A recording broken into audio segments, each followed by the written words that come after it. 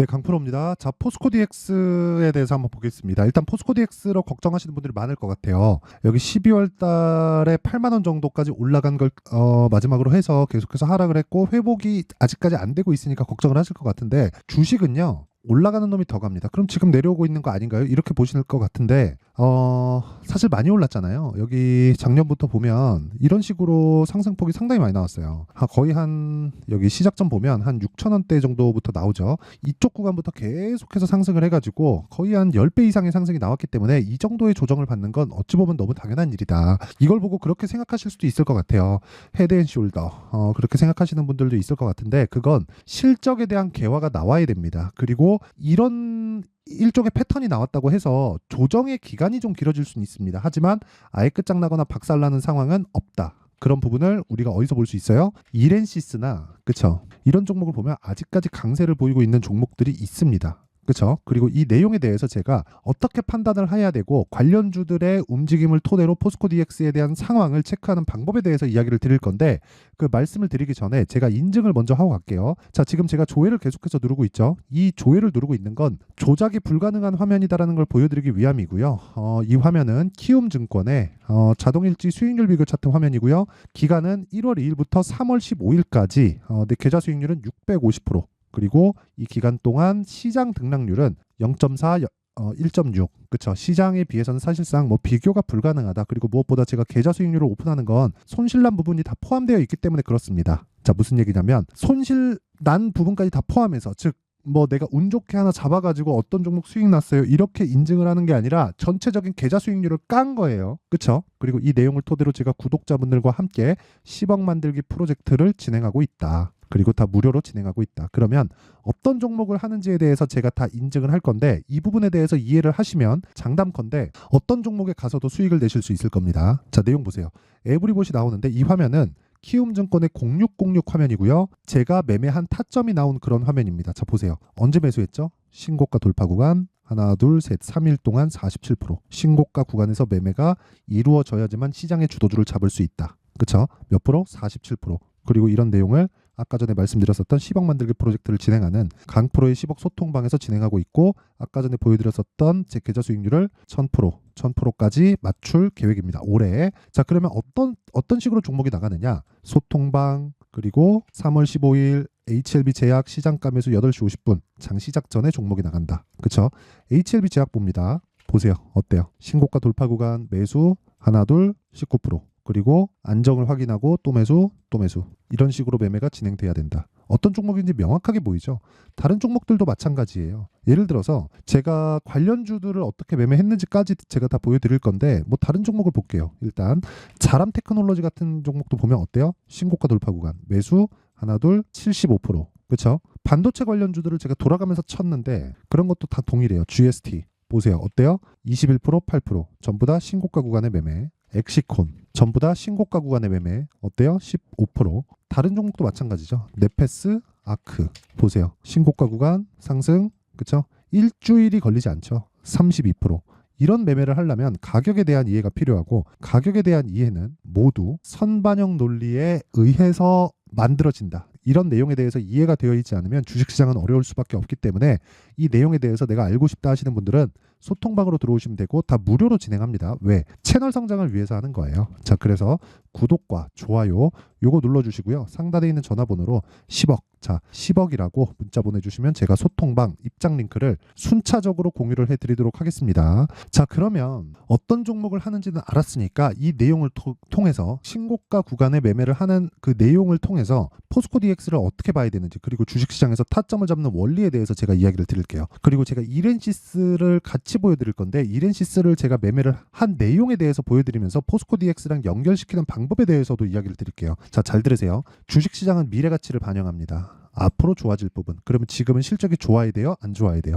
안 좋아야 돼요. 지금 좋잖아요? 그럼 주가는 이미 높아요. 이게 무슨 얘기인 줄 아세요? 쭉 봐서 포스코 DX의 실적 봅니다. 자, 포스코 DX의 실적 보면 21년 적자, 22년도에 647억의 영업이익, 23년도 작년이죠. 1106억 원의 영업이익, 실적이 1000억이 넘어섰어요. 근데 647억에 끝난 바로 다음 1분기, 23년 1분기부터 어떻게 됐습니까? 1분기 이때죠. 6,000원, 7,000원대부터 7만 원대까지 올라가는 과정에서 실적이 계속해서 좋아졌다. 실적이 일단 1,000억이 넘는 그 지점부터 하락을 시작한다. 그러면 이 구간이 뭐예요? 선반영 받는 거. 그럼 지금 뭐예요? 실적에 대한 확인 구간. 그럼 실적에 대한 확인이 나오려면 뭐 해야 돼요? 스마트 팩토리에 대한 수요가 없어지면 폭락합니다. 이미 돈을 벌어 놓은 돈과 앞으로 벌 돈은 달라요. 앞으로 벌 돈이 있었을 때 주식시장은 올라가고 이미 벌어 놓은 돈 가지고는 시장은 즉 종목군들은 올라가지 않는. 이해를 하셔야 됩니다. 정말 중요한 이야기예요. 어디서도 이렇게 얘기해주는 사람은 없어. 그리고 무엇보다 이 내용을 가지고 실전에 적용시켜서 가격으로 치환시키는 방법 자체는 시장에서 일단 저 말고는 없습니다. 그리고 그걸 가지고 제가 어떻게 매매하는지까지도 보여드렸죠. 자, 내용 한번 보시잖아요. 제가 매매한 내용 자체는요. 다시 말씀드리지만 리노공업. 자, 손절한 부분까지 제가 다 하는 거예요. 저가에선 잡지 않는다. 올라와야 잡는다. 확인은 뭐예요? 앞으로 좋아질 것에 대한 확인. 왜? 가격이 가장 빠르니까. 포스코 DX도 보세요. 자, 보세요. 포스코 DX 같은 경우에도 이렇게 돼 있잖아요. 10배 올랐죠. 시가총액 얼마예요? 8조. 20%더 쳐줍시다. 그냥 한 10조 정도라고 쳐볼게요. 이익이 1,000억이에요. PER 몇 배예요? 100배. 지금 내려왔어요. PER 몇 배예요? 8조니까 1,000억 잡고 80배. 20%더 뺀다고 가정해봅시다. 4만 원이에요. 그럼 8조에서 20%더 빼봐요. 1.6조니까 2조라고 치고 6조까지 내려왔어요. 1,000억이에요. 얼마예요? 60배. 계속 비싸죠? 근데 고가 대비 몇 프로 빠져요? 50%, 60%씩 빠집니다. 그럼 우리가 언제 잡아야 돼요? 확인하고 잡아야 돼요. 왜? 시장의 평가가 어디까지 떨어질지 모르니까. 그렇죠? 그러면 우리는 지금 돌리면 매수한다. 그리고 지금 돌리는 것이 임박해 있다는 내용을 이렌시스나 이런 종목들까지 확인을 해보면 알 수 있다. 자, 보세요. 이렌시스 죽었어요? 안 죽었어요. 이렌시스는 2월 달이 신고가입니다. 그리고 이 신고가 구간에서 제가 어떻게 했어요? 이렌시스 정확하게 매매를 진행하고 있죠. 13% 수익, 2월달 0.5, 0.6 계속해서 거래를 진행하고 있어요. 왜 하는 줄 아세요? 미래 가치를 반영하니까 주식시장은. 포스코 DX는요. 어떤 특정 지점이나 뭐 타점을 가지고 내가 이렇게 본다 저렇게 본다 그런 게 중요하죠. 근데 그 기준이나 원리 자체가 있다는 거예요. 이걸 진짜 너무 중요한 내용인데 이거를 어떻게 이해하기 쉽게 제가 말씀을 드려야 될지 내용 정리를 한번 해볼게요. 자, 보세요. 주식시장은 미래가치를 반영을 합니다. 미래가치를 반영하는 과정에서 가격이 먼저 떠요. 가격이 먼저 뜨면 우리가 관심을 갖고 보되 거기서 뭐가 좋을지 재료를 뒤에 보는 거예요. LG나 이쪽하고 연결 짓는, 그쵸? 그쪽 공장도 같이 수주를 받아서 하고, 그리고 만약에 다 같이 넘어질 것 같았으면 이렌시스가 이렇게 강세를 보이는 경우가 없고요. 그리고 두산 로보틱 어때요? 최근에 62평에서 저항을 받고 있죠. 더 내려간다. 그게 아니라 저가를 높여가고 있는 거예요. 두산 로보틱스 지금 어때요? 적자예요. 이거 흑자로 돌면 어때요? 주가는 더 높아지고 있겠지. 이미 흑자로 돌기 전에. 그러니까 적자 구간에 있을 때는, 아직 실적이 터지지 않았을 때는 주식은 끝나지 않는다는 겁니다. 근데 한 가지 문제는 있어요. 레인보우 로보틱스 같은 거예요. 자, 레인보우 로보틱스 보면 최근에는 그나마 그래도 저가를 높여갔는데, 레인보우 로보틱스는 한 차례가 더 남았습니다. 삼성에서 지분을 추가적으로 확보할 때 한 번 더 튈 거예요. 근데 그때 관련주들도 같이 튈 겁니다. 포스코 DX도 함께해요. 근데 레인보우 로보틱스는 확장성이 좀 떨어집니다. 포스코 DX LG로 확장시킬 수 있고요. 포스코 그러면 당연히 기본이고, 두산 로보틱스는 협동 로봇이나 이 스마트 팩토리 관련돼서 특히나 협동 로봇 쪽은 세계 4위입니다. 4위. 기술력 자체 그리고 점유율 자체가. 근데 두산 로보틱스 같은 경우에도 현대 쪽으로 확장이 가능합니다. 하지만 레인보우 로보틱스는 삼성에서 사면 확장이 조금 어려울 수 있어요. 삼성 공장을 다 도맡아서 하기 때문입니다. 그럼 어느 정도까지 좋아질 수 있는 내용이 확정적으로 나와 있단 말이에요. 그리고 그런 부분을 먼저 반영하고 빠지겠죠. 근데 25만 원까지 갔었던 여기가 끝이 아니다. 당연히 포스코 DX도 7만 9천 원까지 올라갔었던 여기가 끝이 아니다. 왜? 실적이 1,000억으로 좋아지긴 했지만 여전히 비싸기 때문에 그렇습니다. 애초에 1,000억밖에 안 돼요. 아직까지. 시가총액 10조까지 올라갔었던 종목이 영업이익이 1,000억밖에 안 된다? PER, 즉 멀티플 100배? 말도 안 되죠. 그러니까 실적이 개선되는 수치가 정말 막 1조, 2조씩 잡히면 그때는 끝이 납니다. 그때는 끝이 나는데, 제가 이야기를 드리고자 하는 내용은 주식시장은 그런 확실한 실적 개선세가 나왔을 때 끝나는 거지, 어설프게 이렇게 올라가지고, 그리고 관련주들은 전부 다 적자예요. 그런 상황에서는 절대로 주식이 끝나지 않는. 하지만 많이 올라가면 조정을 받는다는 거죠. 그래서 우리가 치고 빠지고를 해야 돼요. 하지만 그 치고 빠지고가 단타를 이야기하는 것은 아닙니다. 구간이 있다는 거예요. 그 구간은 신고가 구간이라는 거고 신고가 구간에서 내가 매매할 수 있는 환경을 찾자. 그리고 무엇보다 포스코 DX가 뭘 합니까? 포스코 그룹, 즉 퓨처엠의 양극재 공장 이쪽을 다 하죠. 즉 스마트 팩토리는 앞으로 기업 측에서 수요가 지속적으로 발생할 수밖에 없어요. 너무 당연하잖아요. 포스코 그룹의 일을 포스코 퓨처엠이 맡아서 할 수밖에 없고 무엇보다 스마트 팩토리는 앞으로 기업 측의 수요가 쏟아져 나올 수밖에 없습니다. 인건비 올라가요? 무조건 올라갑니다. 그러면 늘어나죠. 인건비 상승을 상쇄시킬 수 있죠. 초기 비용은 더 들어가지만 다들 아실 겁니다. 기업을 운영하는 사람들은 일회성 비용보다 지속적인 비용을 굉장히 싫어합니다. 왜? 그건 현금 흐름에서 마이너스가 되는 요인이니까. 그렇죠? 현금 흐름에서 마이너스가 되는 요인이 지속적으로 이어진다? 그 자체가 문제가 되는 거예요. 기업의 가치를 깎아먹는 요인이 되죠. 하지만 일회성 투자로 끝나서 생산성을 높일 수 있고 앞으로 추가적으로 나갈 돈을 상쇄시킬 수 있다면 예를 들어서 그런 거예요. 인건비가 매년 5%씩 올라간다고 쳐볼게요. 그럼 매년 5%가 이익에서 깎여 나가는 거죠. 이게 나쁘다는 게 아니라 당연하죠. 인건비 올라가는 건 당연하죠. 근데 기업은 이윤을 추구하는 집단이잖아요. 우리도 주식 투자하면서 이윤을 추구하는 그 매매를 해야 되는 거잖아요. 그래서 제가 가격을 강조를 드리는 거고. 그러면 이 상황에서 우리가 판단하고 체크해야 될 부분은 지속적인 그 현금흐름 마이너스 요인을 만들 건가? 그게 아니라 한 번의 투자로 인해서 그렇죠. 일회성 비용으로 인해서 앞으로 일어날 수 있는 비용에 대한 상승분을 다 상쇄시킬 수 있는가? 그렇기 때문에 스마트 팩토리는 계속해서 각광받을 수밖에 없고 지금 조정받는 건 많이 올라온 것에 대한 되돌림 과정을 보내고 있는 거다. 근데 실적은 좋아질 수밖에 없다. 그러면 실적이 올라오는 구간 동안 주가가 쉬고 있는 거라고 보면 됩니다. 그럼 최소한의 실적 개선세를 조금 한 분기 정도 더 보여주잖아요. 그러면 실적은 분기에 한 번씩 나오죠.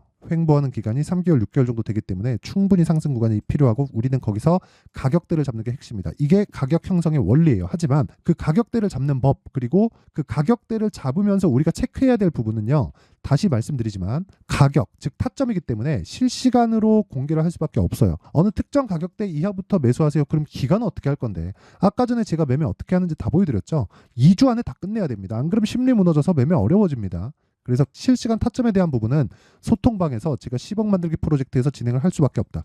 왜? 실시간 내용이니까. 그렇죠? 근데 다 무료로 진행한다. 왜? 채널 성장을 위해서. 자, 그래서 구독과 좋아요 요거 눌러주시고요. 상단에 있는 전화번호로 10억. 자, 10억이라고 문자 보내주시면 제가 소통방 입장 링크를 순차적으로 공유를 해드리고요. 무엇보다 중요한 건 실시간 타점이지만 이 실시간 타점을 잡는 원리에 대해서 제가 다시 한번 정리를 해드리겠습니다. 주식시장은 미래가치를 반영한다. 가격이. 그럼 미래가치는 뭐예요? 실적. 그럼 실적에 대한 부분을 내가 먼저 알 수 없기 때문에 가격이 올라가는 과정에서 잡자. 그 첫 번째 구간이 어디예요? 신고가. 그러면 이게 뭐예요? 선반영. 첫 번째 단계라는 거죠. 이게 끝입니다. 그렇죠? 그러면 지금 신고가 종목이 3, 4, 5월 달에 주도주가 되니까 그 종목군들을 어떻게 분류해서 어떻게 판단하고 어떻게 매매할지 그 내용에 대한 부분을 제가 상세하게 이해를 시켜드리겠습니다. 영상 끝까지 시청하시고요. 모든 분들이 성공 투자하셨으면 참 좋겠습니다. 자, 24년도가 돼도 여전히 시장은 녹록지 못합니다. 이런 상황이 벌어지는 건 어쩔 수 없습니다. 이런 상황에서도 수익이 나는 종목들의 구조는 변하지 않습니다. 즉 대시세 종목에 대한 구조는 변하지 않는다는 거고 실제 제가 소통방에서 지속적으로 이야기를 드리고 있는 내용도 대시세 종목이나 시장 주도주를 공략하는 건 철저하게 가격 분석을 하라고 이야기를 드리고 가격 분석 이후에는 이슈에 대한 파악 그리고 이슈를 파악하고 나서는 다시 내가 얼마에 매수할지 그 타점에 대한 부분을 지속적으로 언급을 하고 있습니다. 자, 근데 생각해 보세요. 1월 달에 시장이 굉장히 어려웠습니다. 어려운 상황에서의 어떤 종목들이 강했냐 보면 반도체와 그리고 바이오입니다. 자, 실제 여기 보면요. HLB에 제가 실제 매매한 내용을 띄워놓고 보여드리고 있는데 1월 22일부터 매매를 시작해서 4일 동안 31%의 수익 마감이 됐고요. 그리고 여전히 신고가 종목입니다. 자, 그리고 그 다음 어보브 반도체 이름을 보시다시피 반도체 종목이죠. 그리고 AI 반도체는 지속적으로 강세를 보이고 있습니다. 이 종목도 신고가를 먼저 달성한 이후에 제가 21%의 단기간에 21%의 큰 수익을 내고 마감이 됐습니다. 다시 재공략을 준비하고 있고 이런 부분은 소통방에서 다 공유를 해드립니다. 자, 그리고 그 다음 코세스. 자, 코세스 같은 종목도 당연히 그쵸, 신고가 종목이고요. 그리고 반도체 종목입니다. 이 종목도 영업일 기준에서 이틀 동안 대략 한 15%의 수익 마감이 됐습니다. 내용을 한번 보시면 어떻습니까? HLB를 포함해서 뭐 30%, 20%, 뭐 15% 이런 식의 수익이 지속적으로 발생하고 있는데 이 세 종목 모두 다 신고가 종목이고 1월 달에 시장이 약세를 보이고 있는 구간에서도 강했었던 그런 종목입니다. 특징점이 하나 있는데 그 이슈에 앞서서 가격이 먼저 반영했다는 거죠. 자, 근데 그게 기업 밸류업 프로그램이라고 하죠. 그 종목들도 마찬가지입니다. 오늘은 그 부분에 대해서 이야기를 드릴 텐데 그렇게 제가 가격을 먼저 보고 이슈에 대해서 파악하는 이유는 결과적으로는 큰 시세를 먹기 위한 사전 준비 작업입니다. 실제로 큰 시세를 먹기 위해서 사전 준비 작업을 했을 때 여기 레인보우 로보틱스 127% 그리고 ISC 98% 그리고 한미반도체 97%의 큰 수익을 내는 상황을 만들 수 있습니다. 어떤 식으로 소통방에서 진행됐는지 그쵸? 그 상황을 제가 이야기를 드린 건데 이런 상황도요 당연히 신고가를 공략했을 때 가능한 겁니다. 자, 그러면 이번에도 마찬가지입니다. 그쵸? 정부 주도의 코리아 디스카운트 해소 방안이 2월 달에 발표를 하고요. 그리고 2월 달에 발표된 내용을 토대로 주가가 움직이는 게 아니라 이미 움직인 내용이 있죠. 실제 이 내용은 크게 중요한 게 아니라는 겁니다.